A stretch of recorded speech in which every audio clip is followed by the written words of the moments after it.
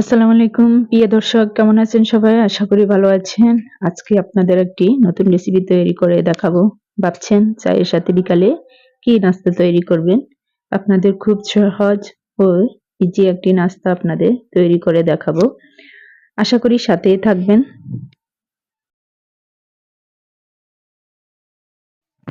নাস্তাটি তৈরি করতে এখানে আমি 1 কাপ পানি দিয়েছি।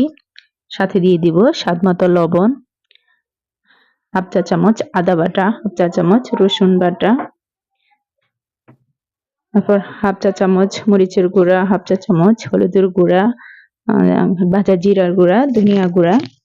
সাথে দিয়ে দিব 1 চা চামচ কালো জিরা ও 1/3 কাপ চিনি। এখন আমি এটাকে ভালো করে মিশিয়ে নেব।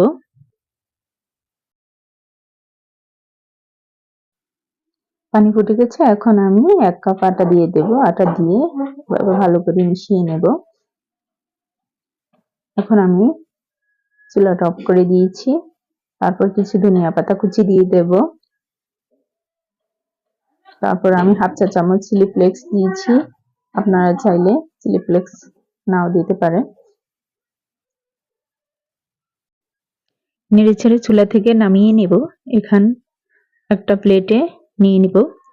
নিয়ে আমি ডোটাকে ভালো করে মথে একটা সফট ডো তৈরি করে নেব।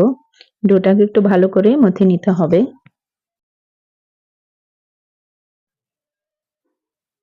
দেখুন ডোটা একদম সফট তৈরি হয়ে গেছে। এখন আমি অর্ধেকটা ডো নিয়েছি, এইভাবে উপরে একটু তেল লাগিয়ে নিয়েছি। এখন আমি একটি বড় সাইজের রুটি তৈরি করে নেব। রুটিটা একদম পাতলাও না একদম মোটাও না, মাঝারি সাইজের হবে। রুটি তৈরি হয়ে গেছে।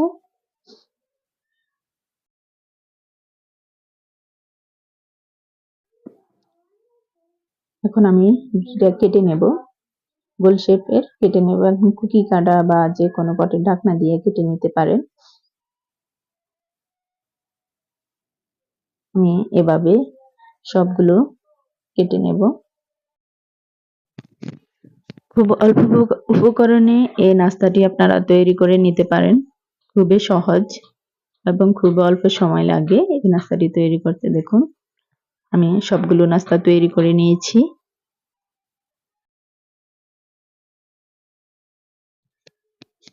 এই নাস্তাটি যে কেউ পছন্দ করবে, আপনি একবার ট্রাই করে দেখতে পারেন। এখন ভাজার পালা। আমি ভাজার জন্য কড়াইতে তেল দিয়েছি। তেলটা ভালো করে গরম হলে নাস্তাগুলো দিয়ে দেব।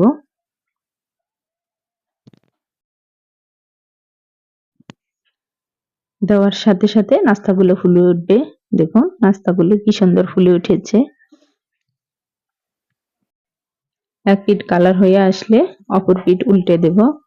মিডিয়াম আঁচে নাস্তাগুলো আমি ভেজে নেব। মাত্র 1 কাপ আটা দিয়ে এতগুলো নাস্তা বানিয়ে নেওয়া যাবে। দেখুন নাস্তাগুলো লালচে কালার হয়ে গেছে। এখন আমি তেল ঝরিয়ে নাস্তাগুলো তুলে নেব।